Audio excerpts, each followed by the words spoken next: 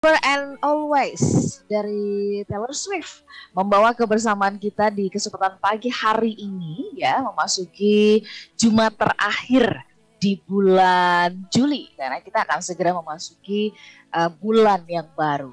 Dan lagu ini sekaligus juga mengantarkan kita untuk mengulik kembali bagian kedua dari Emotional Bank Account ya. Tetapi ini berkaitan dengan when you are rejected ya, ini ketika kita merasa ditolak, tertolak gitu ya, ada banyak penolakan-penolakan. Ini bagaimana dengan account bank emosional kita? Akankah ini habis, terkuras gitu ya, atau justru makin penuh begitu? Kita akan bahas. Selamat pagi semua listener dan juga sahabat yang bergabung di seluruh Indonesia dan berbagai tempat di dunia ya, di berbagai negara, karena kini Smart FM bisa Anda dengarkan dengan berbagai tools yang ada, mulai dari streaming ya di www.radiosmartfm.com atau juga bisa menyimak kami melalui YouTube di kanal Smart FM. Saya sudah bersama dengan motivator nasional di bidang leadership and happiness. Selamat pagi Pak Arfan.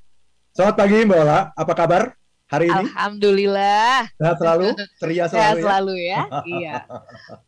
Kita akan bahas ternyata ini ada bagian keduanya rupanya begitu ya, sambungannya nih Pak Arfan ya, menarik sekali.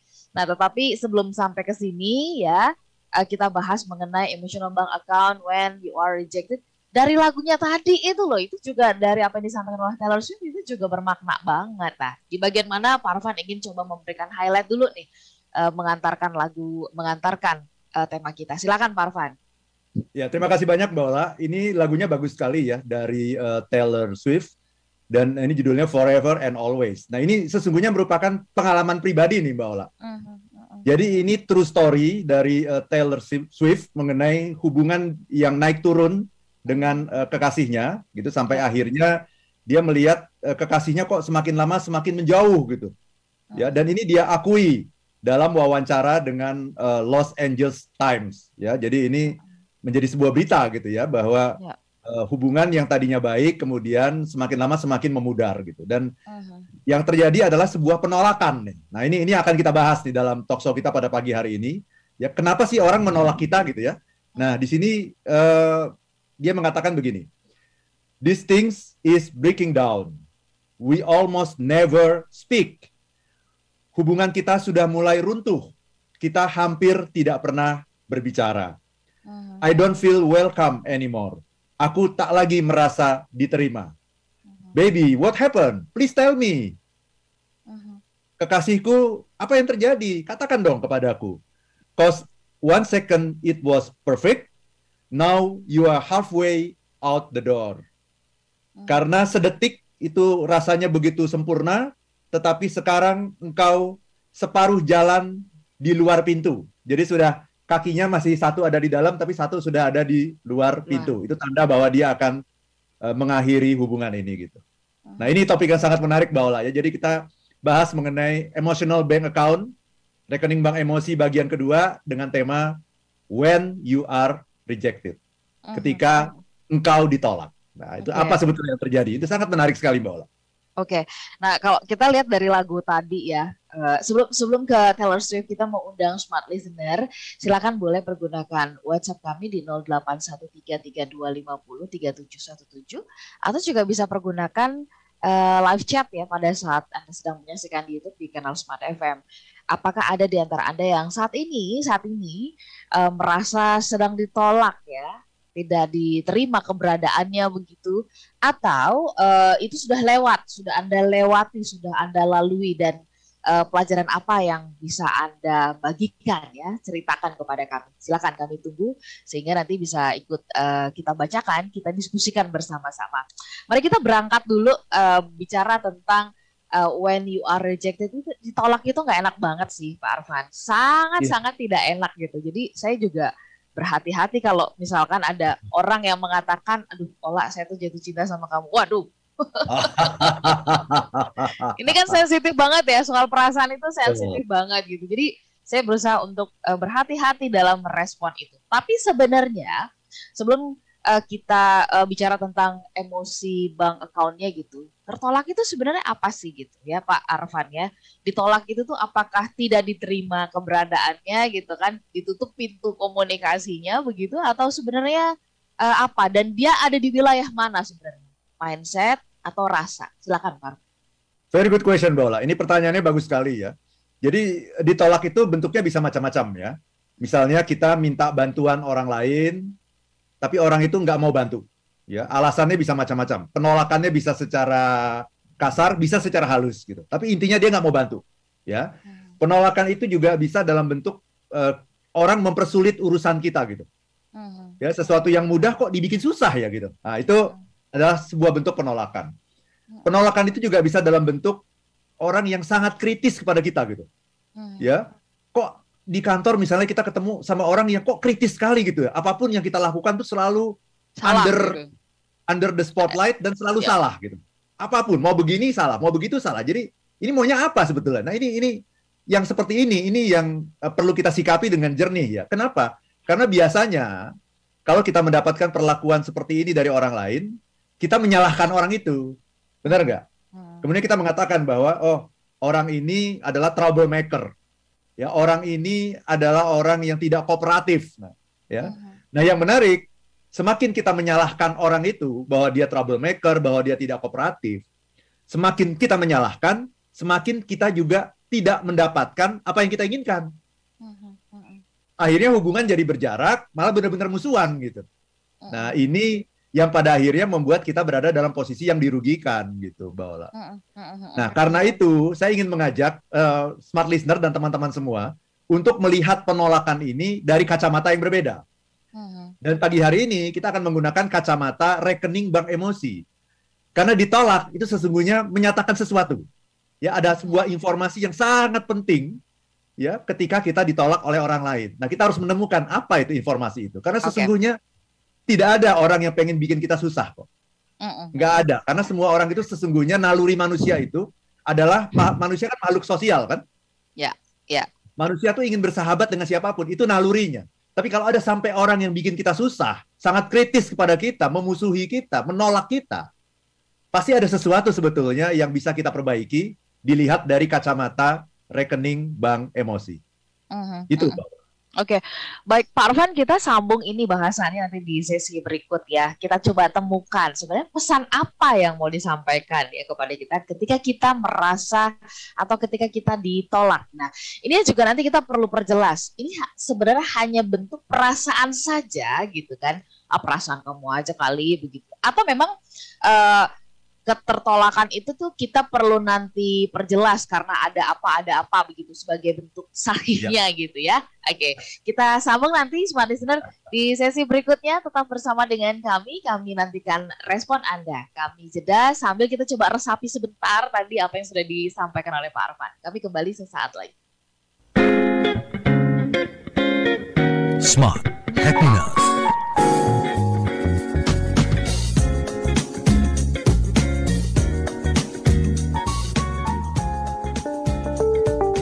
Bahagia dalam situasi yang menyenangkan tentu saja mudah.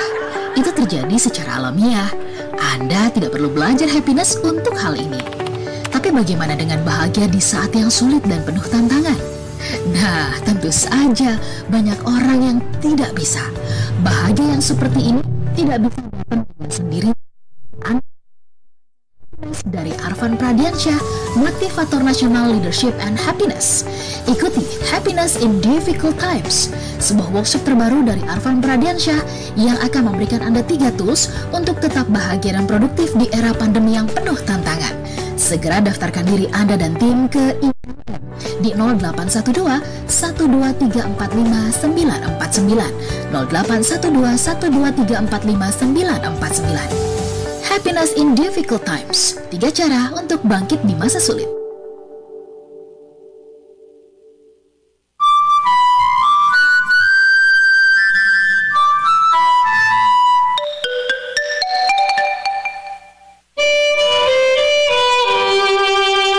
Meski merdu, sebuah komposisi jika dimainkan sendiri-sendiri akan terasa tanpa makna. Jangan main sendiri-sendiri ya, yang sinkron, yang kompak. Oke, kita mulai lagi ya. 1, 2, 3.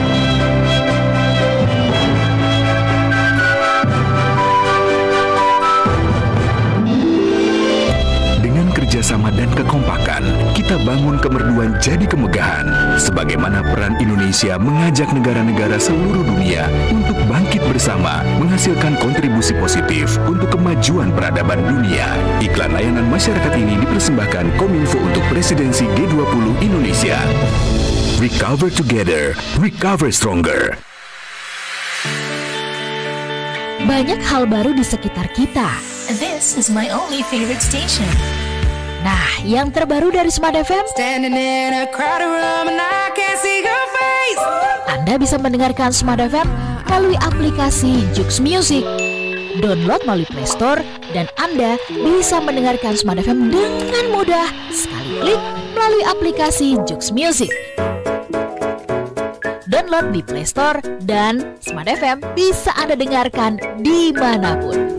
All day, all night, right here. Smart FM Business and Inspiration, part of KG Radio Network. Thank you for always tuning in. Smart FM, Business and Inspiration. Smart FM, the spirit of Indonesia. Kembali Anda ikuti Smart Happiness bersama Arfan Pradiansa.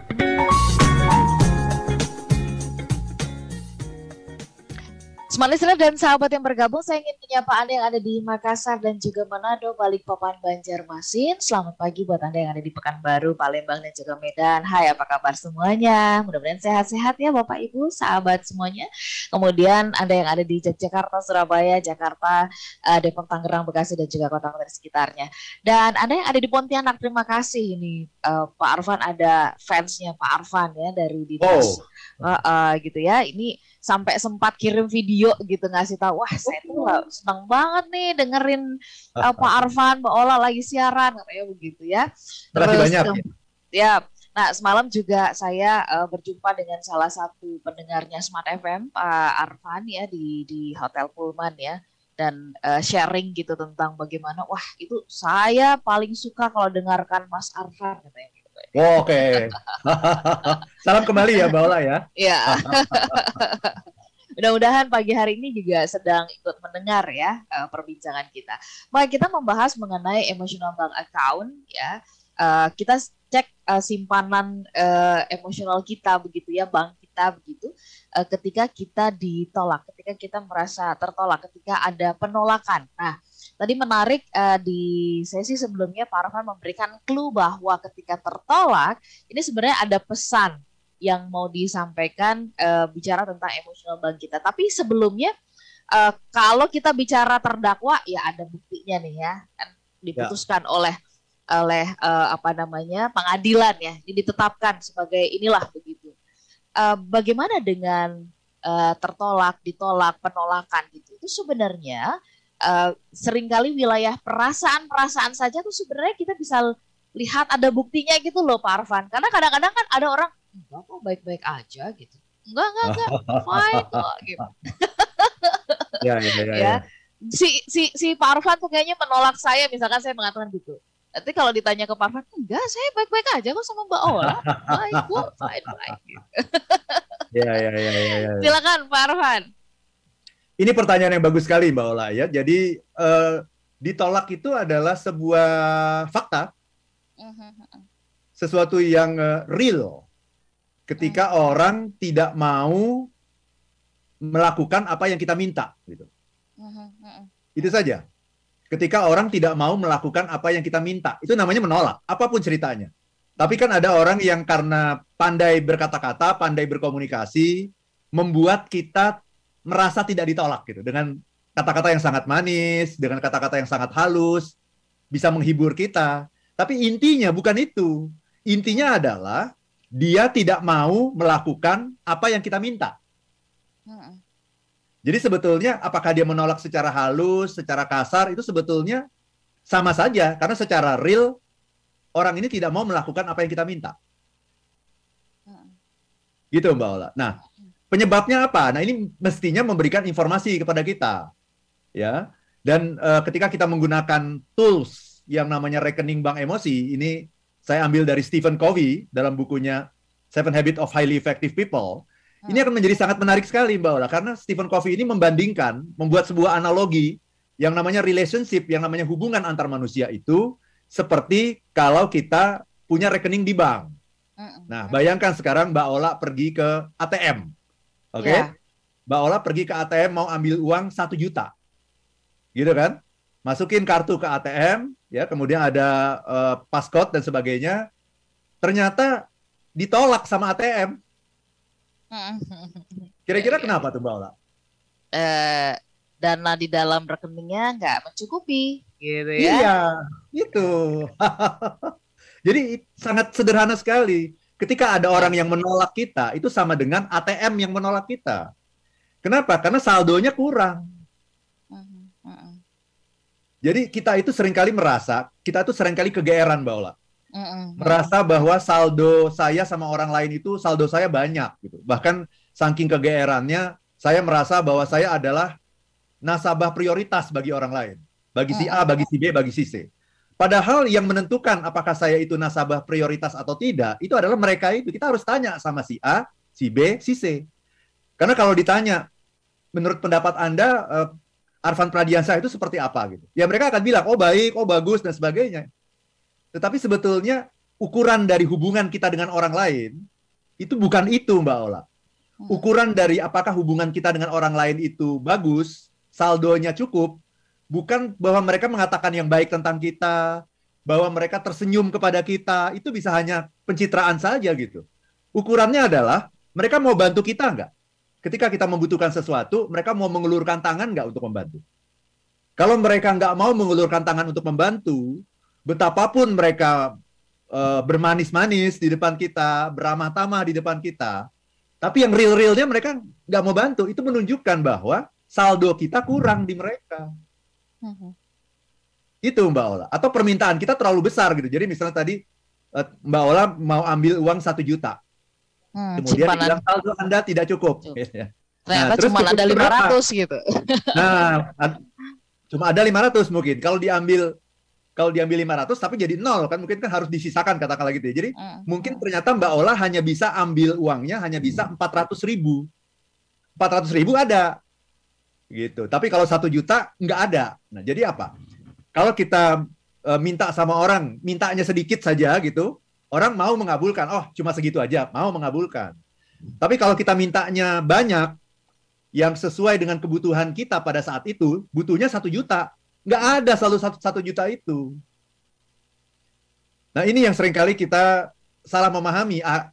Sehingga ketika ada orang yang menolak kita bukannya menambah saldo, tapi kita malah menyerang orang itu dengan mengatakan dia troublemaker, dia nggak kooperatif, dia selalu bikin susah, selalu cari gara-gara gitu. Nah, bukannya menambah saldo, kita malah menarik saldo lagi. Kita malah melakukan tarikan terhadap rekening bank emosi yang sudah ada, yang sudah sangat kecil itu, malah tambah ditarik lagi gitu, Mbak Ola. Jadi dengan analogi ini mestinya tergambar dengan sangat jelas di kepala kita gitu. Kalau ada orang yang menolak, very simple. Ya. Saldo Anda sangat kurang. Sangat kurang. Ya. Oke. Jadi kita tadi kan Pak Arfan mengatakan ketika kita ditolak atau merasa tertolak kan kita langsung buru-buru mengatakan kenapa sih orang itu ya nggak mau bantu, kenapa sih orang itu begini dan begitu gitu ya. Tapi ternyata sebenarnya yang harus kita cek diri kita sama seperti kalau kita ke ATM gitu, kita masukin kartu gitu, kita ditolak karena permintaan dananya nggak mencukupi. Sebenarnya yang harus kita cek pertama adalah emang saldonya ada berapa sih? Jangan nyalain ATM-nya dong. Jangan, ini ATM gimana sih nggak mau bantu? ya. Nah, kalau begitu Pak Arfan, selain pelajaran pertamanya kan informasi pertama yang kita bisa dapatkan ya ketika kita tertolak itu kan adalah dananya nggak cukup ya, atau rekening bank kita tuh tidak memadai, tidak mencukupi begitu ya. Pesan ini harusnya kita sikapinya seperti apa? Nggak boleh dong nyalahin orang lain. Tadi seperti yang Pak Arfan sampaikan. Tapi apa yang harus kita lakukan kepada mental? Ini kan biasanya orang kalau kalau ditolak tuh kalau yang lagi viral-viral kan ya langsung dikatakan gini, wah kena mental nih gitu ya. Langsung down, langsung merasa bahwa aduh aku ini apalah gitu. Artinya secara psikologis, secara mental dia pasti akan merasa down. Apa yang harus kita lakukan sebagai orang-orang yang ditolak ini gitu, yang tertolak ini, Pak Arfan? Nah, orang yang down itu adalah orang yang belum paham. Orang yang belum paham, kemudian dia menggunakan label, Mbak Ola. Dia memberikan label pada diri sendiri. Saya orang yang tidak disukai oleh orang lain. Saya orang yang dibenci oleh orang lain. Itu dia kan sedang menggunakan label. Dia memberikan stigma kepada dirinya sendiri. Seolah-olah itu adalah sesuatu hal yang tidak bisa diubah gitu. Seolah-olah itu uncontrollable. Padahal sesungguhnya itu sangat controllable, Mbak Ola. Ya kan, begitu kita tahu, oh saya mau ngambil uang di ATM saya ternyata tidak cukup. Berarti apa? Oh, berarti saldo saya kurang. Sesederhana itu, Mbak Ola. Berarti apa? Saya harus tambahin saldo. Ketika saya menambah saldo saya, maka uangnya akan cukup gitu. Nah, itulah yang harusnya kita lakukan pada orang lain. Ketika ada orang yang menolak kita, kita bertanya, oh, berarti saldo saya sama orang ini kurang. Nah, apa yang bisa saya lakukan untuk meningkatkan saldo saya sama orang ini? Mungkin saya menghubungi orang ini hanya kalau saya membutuhkan, gitu kan? Kalau saya butuh, saya baik-baik deh. Kalau saya nggak butuh, saya cuekin dia. Saya anggap dia orang yang nggak penting. Bahkan dia datang ke rumah saya aja, saya nggak mau ketemu. Misalnya begitu kan? Ada orang yang seperti itu. Ada loh orang yang sampai seperti itu. Kita datang ke rumahnya saja, dia nggak mau ketemu. Padahal hari raya misalnya. Kan ada orang yang sampai seperti itu kan? Nah, ini adalah orang-orang yang tidak paham gitu mengenai apa yang namanya rekening bank emosi itu gitu. Jadi ketika ada orang menolak, dia malah bukan melakukan introspeksi, tapi malah menyalahkan orang itu. Jadi sudah jelas saldo Anda kurang, tambah. Cara tambahnya gimana? Very simple, sapa orang itu. Manusia itu perlu sapaan. Manusia itu perlu diapresiasi. Manusia itu perlu diakui. Manusia itu perlu didengarkan, perlu dianggap penting. Berikan itu. Berikan secara konsisten, Mbak. Nah, kalau kita sudah berikan secara konsisten, insya Allah saldonya kan akan naik tuh. Sedikit demi sedikit akan naik gitu. Nah, kita tunggu dulu. Jangan buru-buru gitu. Yang namanya relationship itu adalah sesuatu yang berjangka panjang. Jangan Mbak Ola begitu narok saldo, nambahin saldo, langsung kita tarik lagi. Nah itu. Kan ketahuan bener jadi maksudnya apa. Misalnya ada orang yang mendadak ngajak Mbak Ola makan siang. Iya kan? Terus Mbak Ola udah mulai mikir, ini maunya apa? Ternyata begitu baru sekali makan siang udah langsung minta sesuatu. Kita nggak suka pasti. Dia harus menunjukkan dulu bahwa saya menganggap Mbak Ola ini adalah orang penting. Mbak Ola ini seseorang yang sangat berharga dalam hidup saya. Hubungan kita adalah hubungan yang jauh lebih penting daripada kepentingan saya sendiri kepada Mbak Ola. Gitu. Itu terus dilakukan secara konsisten, saldonya meningkat. Suatu ketika saya punya kebutuhan dengan Mbak Ola, pasti. Yang namanya orang hidup itu, orang hidup, berbisnis, pasti punya kebutuhan. Mbak Ola kalau sudah yakin bahwa saldonya banyak, dengan senang hati akan membantu. Bahkan akan merasa nggak enak hati ketika nggak bisa bantu. Itu rasanya gimana gitu. Baik, Pak Arfan sampai di situ dulu ya. Kita nanti tajamkan ya apa yang tadi sudah Pak Arfan sampaikan soal pesan tadi, soal apa yang harus kita lakukan gitu ya. Kita kasih kesempatan semua listener seruput kopi, minum teh hangatnya dulu nih sambil meresapi penjelasannya Pak Arfan. Kita jeda sebentar untuk beberapa informasi berikut ini. Smart Happiness.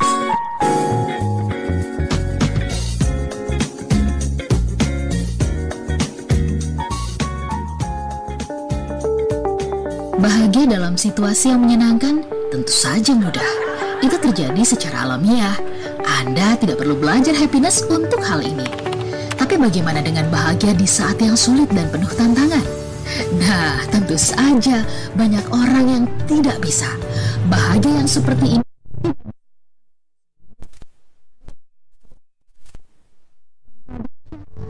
Motivator Nasional Leadership and Happiness.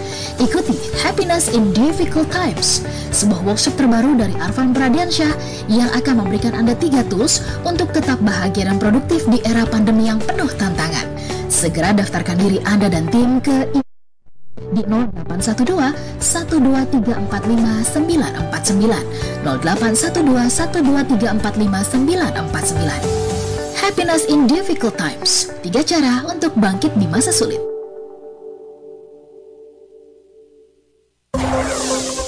Dunia kini berubah, ragam informasi tersaji dari berbagai platform. Tetapi apakah Anda tahu sejauh mana kebenaran informasi tersebut? Hati-hati dengan informasi yang Anda konsumsi. Informasi yang didengar, dibaca akan tersimpan di pikiran dan mempengaruhi keputusan dan tindakan kita. Smart FM, The Spirit of Indonesia, menjadi sahabat terbaik Anda. Menghadirkan lebih dari sekedar informasi yang menghibur, namun mengungkap kebenaran, berbagi inspirasi, dan bersama-sama merawat asa. Apakah yang dimaksud dengan sukses adalah? Maka bila sosialisasi berkurang, maka secara otomatis keuangan berputar itu akan menipis. Di digital, kamu lakukan apapun, rekam jejak digital kamu. Dan kapan saja tinggal dibuka. Subscribe YouTube Smart FM dan mari nikmati berbagai layanan video Smart FM di YouTube channel Smart FM. Semua kami hadirkan untuk mengedukasi, menginspirasi, menguatkan, dan bersama Anda merawat asa. Smart FM, Business and Inspiration. So, pastikan subscribe YouTube channel Smart FM. Smart FM, the spirit of Indonesia. Kembali Anda ikuti Smart Happiness bersama Arfan Pradiansa.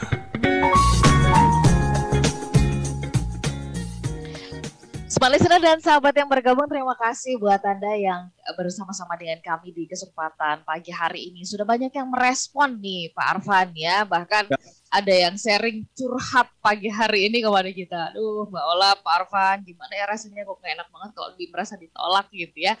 Nah ini saya bacakan dulu responnya yang masuk dan minta namanya jangan disebutkan gitu. Oke.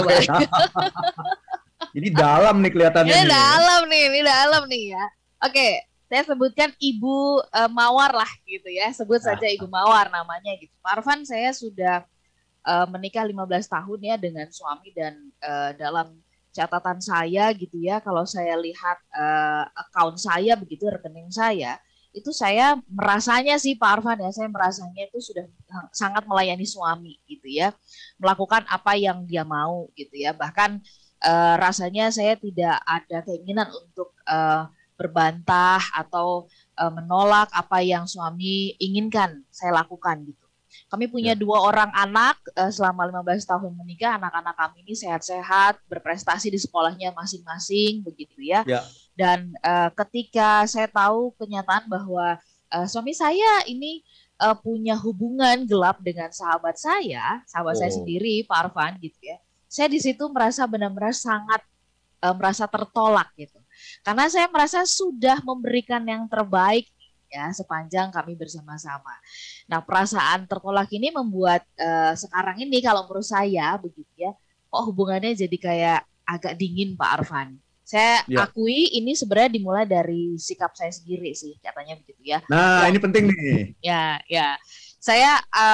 Saya jadi agak menjaga jarak begitu ya, jaga jarak batin katanya dengan suami, karena saya benar-benar merasa seperti terhianati ya.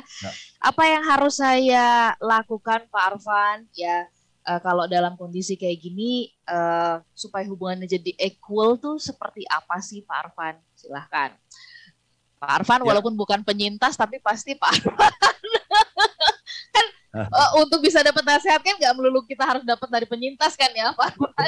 Betul. Silakan ditanggapi dulu Pak. Terima kasih banyak ya. Jadi ini memang sangat memprihatinkan. Yang namanya perselingkuhan itu adalah pengkhianatan terhadap komitmen dan kepercayaan. Jadi kalau dilihat dari sudut pandang rekening bank emosi, itu tarikannya besar sekali Mbak Ola. Itu penarikan yang luar biasa besar gitu.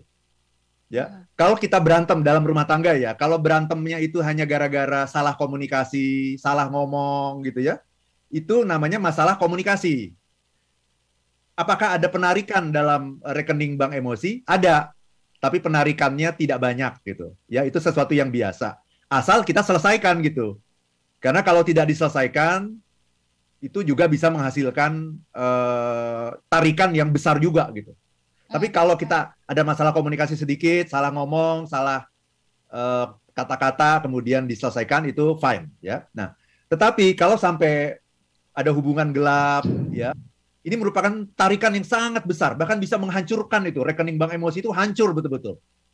Mau sebesar apapun saldonya, ketika ada hubungan gelap, ada perselingkuhan, ada pengkhianatan, itu rekeningnya hancur gitu. Ya, jadi ini kalau saya lebih melihat rekening suaminya nih. Jadi kan setiap orang kan punya rekening ya. Misalnya saya punya rekening di Mbak Ola juga punya rekening di saya gitu. Ya kan seperti itu. Selalu kedua belah pihak ya. Ini berarti rekening si suami di Ibu Mawar ini sudah minus gitu karena ada pengkhianatan seperti ini gitu. Jadi udah sulit gitu. Nah, caranya gimana?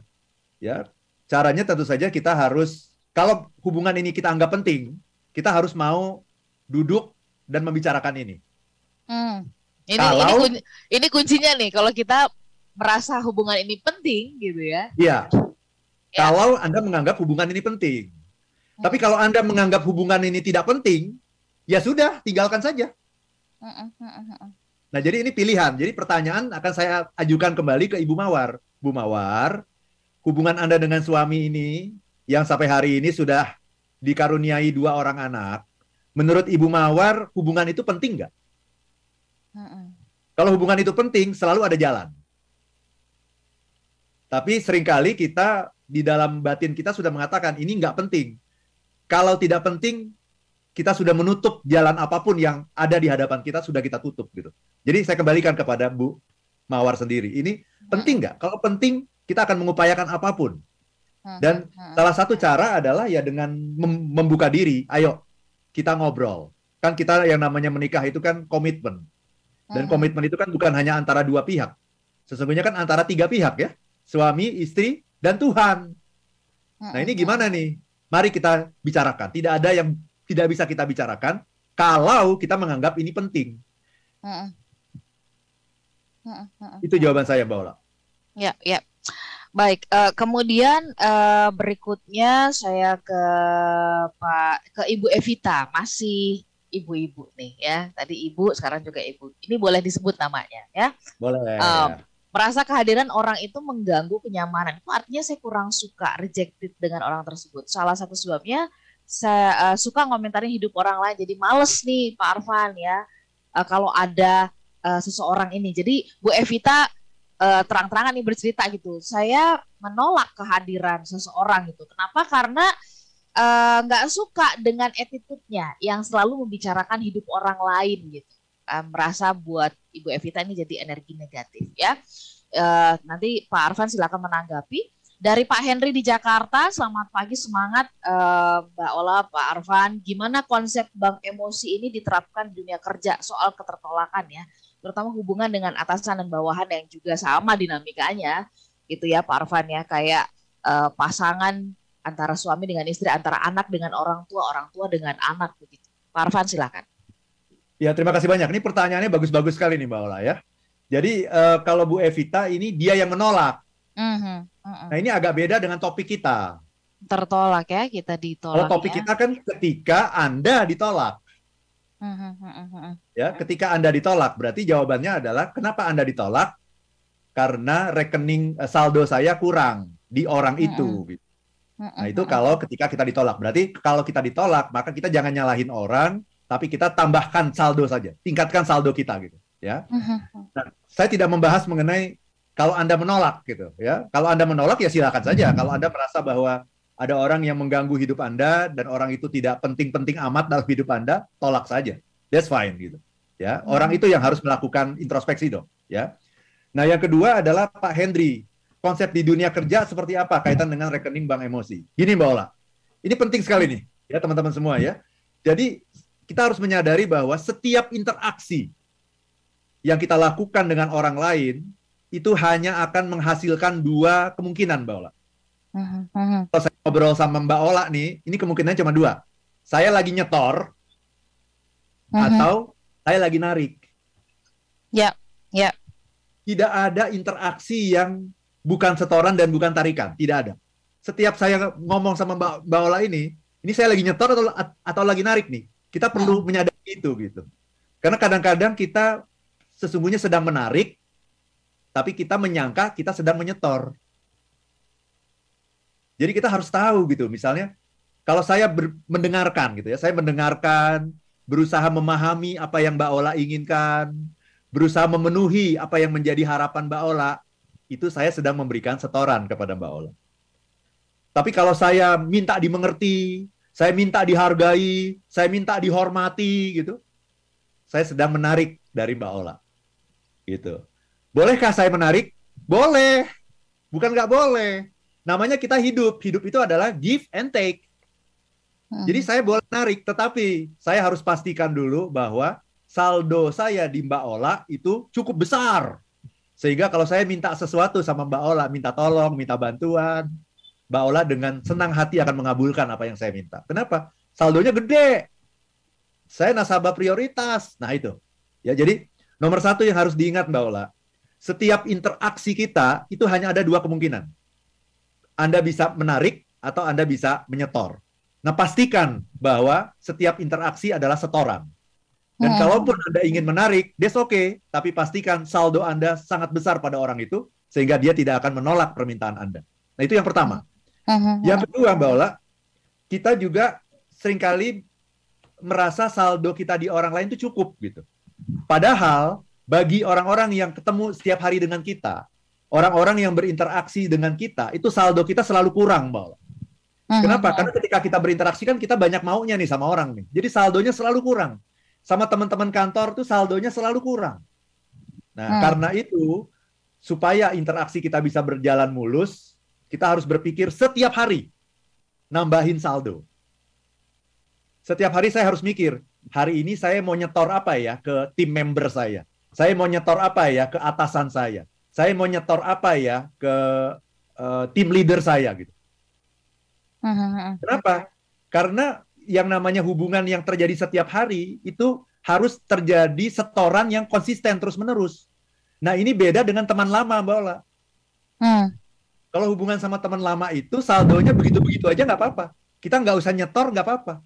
Bahkan saya pernah ketemu ya satu ketika saya pergi liburan ke Wina ya, ke Austria gitu.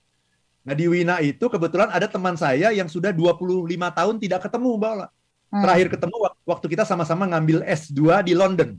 Tapi itu sudah 25 tahun yang lalu, bayangkan itu. Dalam 25 tahun itu, kita sudah tidak pernah berkomunikasi, tidak pernah ketemu. Ketemu lagi di Wina. Saya kontak dia. Bisa nggak kita ketemuan gitu kan? Ternyata Mbak Ola, saldo saya di dia, itu masih sama dengan saldo 25 tahun yang lalu. Nyambung gitu, Mbak. Jadi 25 tahun tidak berkomunikasi, ternyata saldonya katakanlah dulu 1.000. Ya, ketika terakhir kali kita ketemu tuh saldonya 1.000. Setelah 25 tahun, saldonya masih 1.000, Mbak Ola. Jadi kita udah 25 tahun nggak ketemu tuh bisa langsung ngobrol, langsung connect. Bahkan saya perkenalkan dengan istri saya, dengan anak-anak, langsung connect semuanya gitu. Nah, itu sebuah bukti bahwa dengan teman lama, dengan sahabat lama, teman kuliah, dan sebagainya, itu saldo kita itu tetap. Walaupun kita sudah tidak berhubungan bertahun-tahun, tapi saldonya tetap tidak menurun, tidak naik. Ya. Jadi ketika kita berhubungan itu persis sama dengan, ini kayak 25 tahun yang lalu nih kita ngobrol nih gitu. Nah, tetapi jangan lupa, dengan orang-orang yang setiap hari ketemu kita, itu saldonya selalu turun. Karena itu kita harus selalu mikir, besok saya mau ngasih saldo apa ya, mau ngasih setoran apa ya, ke orang-orang yang bertemu dengan kita sehari-hari, ke orang-orang yang berurusan dengan kita sehari-hari. Anak buah kita, atasan kita, tim leader kita, dan mungkin partner, seperti saya dengan Mbak Ola dan teman-teman di Smart FM misalnya. Itu kan kita berinteraksi setiap minggu. Nah, itu kita harus ingat, setoran apa ya yang harus saya kasih ke Mbak Ola nih hari ini. Iya. Oke, Pak Arfan, kita sambung nanti untuk sesi yang terakhir ya. Emang kalau ngobrolin ini nih seringkali sampai melewati batas-batas waktu gitu ya. Iya. Kita sambung nanti untuk satu sesi yang terakhir. Smart Listener, silakan Anda bisa kasih komentar di sesi yang terakhir. Kami jeda sesaat. Smart Happiness.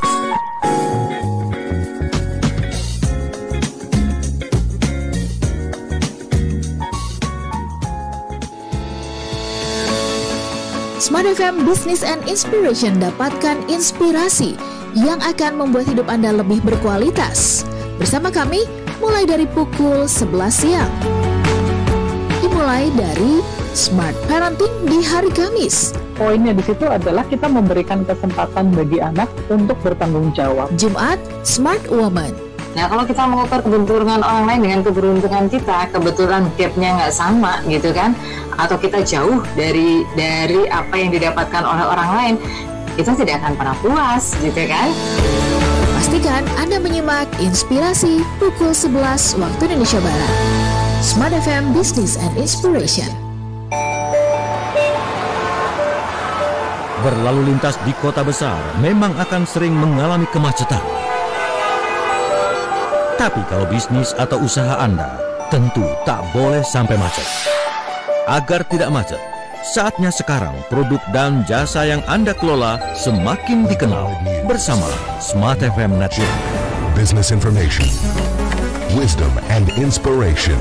Bersama Smart FM Network, produk dan jasa Anda berpeluang semakin dikenal, dipercaya, dan dipilih masyarakat. Promosikan produk dan jasa Anda di Smart FM Network dengan jangkauan luas, program-program berkualitas dan inspiratif. Kami siap membantu bisnis atau usaha Anda lebih sukses. Segera hubungi untuk pemasangan iklan Anda di 021 638 74090. Smart FM Network, Group of Radio Kompas Gramedia. Smart FM, Business and Inspiration.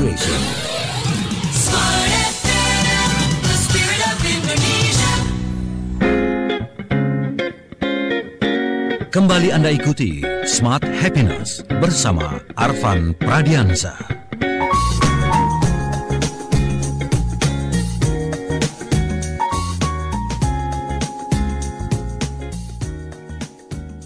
Smart listener dan juga sahabat yang bergabung, ini saya yakin banget kalau kita bikin acara offline ya, ini bakal meledak ini Pak Arfan ya, soal rejected ini. Ya. Karena banyak yang pagi ini nih curhat gitu, saya sampai kelilipan baca pernyataan dari Smart Listener ya. Saya coba ke Mbak Aini dulu deh. Gimana dengan orang tua Pak Arfan? Apakah harus cek saldo juga di bank emosi ya Pak Arfan ya? Barangkali cukup banyak loh Pak Arfan ya, ada anak-anak yang merasa tertolak oleh orang tuanya gitu ya. Kalau yang seperti kayak gini, apakah layak kita bicarakan atau kita pergunakan konsep emotional bank account ini antara anak dengan orang tua atau orang tua dengan anak nih Pak Arfan? Silakan. Ya, terima kasih banyak Mbak Ola. Ini pertanyaan yang bagus sekali ya. Dan sebelum saya menjawab pertanyaan ini, saya juga ingin mengundang Smart Listener dan teman-teman semua untuk mengikuti acara webinar Mbak Ola. Judulnya adalah Happiness in Difficult Times. Jadi ini lucu nih. Masa sulit tapi disuruh bahagia gitu. Kan susah ya, biasanya kan masa sulit ya happiness-nya turun kan. Tapi nanti ketika happiness turun, kinerja makin sulit dan makin susah untuk bangkit. Nah, jadinya saya bikin workshop Happiness in Difficult Times. Itu pada tanggal 20 Agustus 2022, hari Sabtu Mbak Ola. Sabtu 20 Agustus jam 9 sampai jam 12 siang gitu ya. Selama 3 jam kita akan kupas tuntas 3 rahasia untuk bisa bangkit di masa sulit. Dan silakan teman-teman semua mendaftarkan ke 0812 123 45 949. 0812 123 45 949. Ya, itu Mbak Ola ya, pengumuman dari saya. Nah, ini pertanyaan bagus sekali ya. Kalau orang tua sama anak harus cek saldo nggak? Harus. Semua hubungan Mbak Ola. Semua hubungan yang disebut dengan hubungan antar manusia ya Pak Arfan. Antar manusia ya. Harus cek saldo. Ya. Gitu. Karena kita itu yang namanya saldo itu tidak stabil. Saldo itu selalu naik turun gitu. Nah, tadi yang saya bilang, kalau saldo sama teman lama, teman-teman di kampus dulu yang kita udah lama nggak berhubungan gitu ya, teman-teman di tempat kerja yang lama dulu 10 tahun lalu yang udah lama kita nggak berhubungan, itu saldonya konsisten, stabil. Saldonya stabil.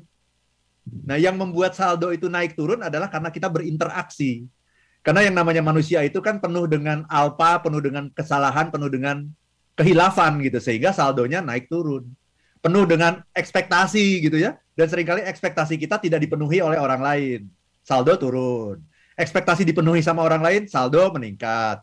Kita salah ngomong nih, membuat orang sakit hati, saldo menurun. Kita minta maaf, saldo meningkat lagi. Kita berkhianat, nah ini. Ketika kita berkhianat, perselingkuhan, membocorkan rahasia perusahaan, gitu ya, kepada kompetitor. Nah itu, yang kaitan sama trust itu, saldo langsung drastis turunnya. Bahkan sampai overdraft itu. Itu yang namanya masalah trust gitu, bukan masalah komunikasi. Kalau masalah komunikasi orang bisa memaafkan, tapi masalah kepercayaan itu, pengkhianatan itu luar biasa Mbak Ola. Itu hancur itu rekening bank emosinya. Oke. Langsung benar-benar terjun bebas begitu ya? Bebas ya. Ya, oke. Baik. Kemudian saya juga ingin menyapa smart listener yang ada di YouTube ya, yang juga sedang menyaksikan kami. Ini kan juga program yang favorit banget ya kalau di YouTube ini ya. Banyak yang merespon perbincangan kita. Tapi sebelum ke YouTube ini saya mau sebentar ini jumpai dulu ada Fani. Pak Arfan, bagaimana dengan hubungan dengan kekasih begitu ya? Karena saya termasuk yang penyintas nih mengalami ini Pak Arfan, sudah merencanakan pernikahan begitu ya, sudah kita bicarakan dengan orang tua gitu kan, tetapi kemudian tiba-tiba calon saya tuh membatalkan pernikahan ya, bahkan membatalkannya ini nggak ada sebulan sebelum acara begitu Pak Arfan ya. Jadi orang tua merasa sangat drop banget, saya juga drop sekali begitu Pak Arfan ya, sampai kayak ngerasa demotivasi nih untuk bekerja dan sebagainya gitu. Nah kalau yang kayak gini termasuk bagian dari yang tadi Pak Arfan jelaskan, rekening bank saya di kekasih saya itu di calon saya, mantan calon saya itu tidak mencukupi dananya begitu atau seperti apa? Pak Arfan silakan. Ini bagus sekali ya. Saya kepingin mendalami masalah ini nih. Ini kan informasinya terbatas ya. Pasti ada sesuatu Mbak Ola. Iya. Pasti ada sesuatu. Ya, yang saya tidak tahu siapa yang menguras tabungan siapa. Karena ini ada sebuah pengalaman ini di kantor yang saya tahu kantornya, saya tahu orangnya gitu Mbak. Jadi seperti ini. Jadi si wanita ini ya kira-kira mungkin sebulan menjelang hari pernikahan sudah mengedarkan ini, sudah mengedarkan undangan dan sebagainya. Ya tahu-tahu diputuskan calon suaminya memutuskan nggak jadi gitu. Kenapa? Nah ternyata setelah diselidiki kok jadi kita harus bertanya ini kenapa? Nggak mungkin loh orang udah tinggal sebulan lagi gitu memutuskan itu nggak jadi, itu nggak mungkin karena dia juga harus mempertanggungjawabkan ke banyak orang kan. Ternyata dalam kasus teman saya ini si wanita ini ada skandal di kantor dengan atasannya. Ini true story ya, ada skandal dengan atasannya dan divideoin oleh satpam. Ini menarik sekali Mbak Ola. Jadi dia skandal sama atasan dan itu sudah terjadi berkali-kali di kantor pada malam hari dan divideoin sama satpam. Jadi ada satpam yang ngumpet videoin dan kemudian video itu dikirimkan ke pasangannya, ke calon suaminya. Nah, coba kalau Anda jadi calon suaminya, apa yang kira-kira akan Anda lakukan? Iya kan? Wah, ini luar biasa nih saya mau kawin sama orang ini, karena orang ini kayak gini, ini buktinya ada. Ya pasti diputuskan lah. Jadi pasti ada sesuatu yang extraordinary yang ingin saya katakan ya. Kalau ada kasus seperti ini, saya tidak ingin menyalahkan siapapun karena saya tidak tahu masalahnya apa gitu. Tapi pasti ada sesuatu yang extraordinary, yang sangat luar biasa yang terjadi di sini. Dan kita harus lihat siapa yang sedang menguras tabungan siapa. Karena bisa jadi si suami yang salah, ya dia yang tidak mematuhi komitmen, ya tidak menjalankan komitmen dan kemudian ghosting, istilahnya ghosting begitu saja, nggak mau bertanggung jawab. Atau yang salah adalah istrinya. Kita tidak tahu itu dalam hal ini siapa sebetulnya yang sedang menguras rekening siapa gitu. Oke. Itu baik. Baik, Pak Arfan. Siapa yang menolak siapa kita tidak tahu sebetulnya. Siapa yang menolak siapa nggak tahu ya. Oke, dari Seruput Kopi di YouTube, terima kasih juga sudah bergabung di kesempatan pagi ini. Ada Pak Arman Inugraha, terima kasih juga sudah bergabung bersama-sama dengan kita. Pak Arfan, menutup perbincangan kita, saya ingin berpanjang-panjang tapi nggak berani langsung lihat jam dulu, lihat waktu gitu kan ya. selalu terlalu seru gitu ya kalau kita bahas nih di Smart Happiness. Pelajarannya sudah kita dapat dan ya penolakan itu ya harus dihadapi gitu ya, ketertolakan itu harus dihadapi. Nah, apa sih sarannya Pak Arfan dari sudut pandangnya happiness, karena ditolak itu sangat menguras simpanan happiness kita ya. Betul. Kayak hari-hari jadi kering, hari-hari itu jadi berat sekali gitu. Apa saran Pak Arfan supaya kita bisa kemudian kalau ini kertas ya lembarannya kita robek, yang jeleknya kita buka lembaran yang baru nih. Dari kejadian-kejadian itu apa yang harusnya kita lakukan? Pak Arfan sarannya seperti apa? Silakan. Ya, terima kasih banyak Mbak Ola. Ini pertanyaan yang bagus sekali. Ya, ini sayangnya waktu kita selalu kurang ya. Ini pertanyaan bagus sekali. Jadi begini, penolakan itu bukan berarti dunia kiamat. Oke. Ya. Kalau Anda menganggap ditolak itu dunia kiamat, itu Anda lebay namanya. Nah, ditolak itu adalah sebuah fenomena yang biasa-biasa saja. Ya. Tapi kita harus tahu kenapa kita ditolak, karena rekening kita saldonya kurang. Itu saja. Jadi jangan ditambah-tambahin, jangan didramatisir lah. Ya. Ditolak itu adalah karena rekening bank emosi kita kurang, saldo kita di orang itu kurang. Nah, karena itu kalau saldonya kurang berarti apa yang harus kita lakukan? Very simple, sangat sederhana. Tambahin saldo. Tambahin saldo kita ke orang itu. Ya, dan lakukan dengan konsisten. Dan jangan mau buru-buru mendapatkan hasilnya gitu. Istilahnya saya langsung taruh uang di situ, kemudian langsung saya datang ke ATM, saya tarik uang itu. Jangan. Karena orang ketika kita melakukan itu, orang akan merasa dianggap sebagai alat, Mbak Ola. Ya. Tahu-tahu saya mendadak ya, karena saya punya kebutuhan sama Mbak Ola, nggak mau ditolak. Hari ini saya ngajak makan, Mbak Ola. Besok ngajak makan lagi, Kemudian apa? Besoknya saya minta, Mbak, saya minta ini. Mbak Ola akan merasa diperlakukan sebagai alat gitu. Oh, saya baru ngerti kenapa tiap hari ngajak makan. Karena ada sesuatu yang lebih besar yang akan kamu minta. Nah, itu bahaya sekali, Mbak Ola. Baik. Intinya nabung terus. Suatu ketika kita pasti akan membutuhkan tabungan itu. Baik. Pasti kita akan taruh. Ya. Pak Arfan, kita tutup perbincangan pagi ini. Smart Listener, terima kasih sudah menyimak kami. Rekamannya ada di YouTube ya, di kanal Smart FM. Sehat-sehat untuk Anda semuanya, tetap jaga prokes. Demikian juga Pak Arfan, sehat senantiasa Pak, agar bisa menginspirasi Indonesia terus ya. Kita pamit, sama Nurlija. Dan saya Arfan Pradiansyah. If you wanna be happy, be happy. Now. Pak Arfan, terima kasih. Demikian Smart Happiness bersama Arfan Pradiansyah, penulis buku bestseller Life is Beautiful dan The 7 Laws of Happiness.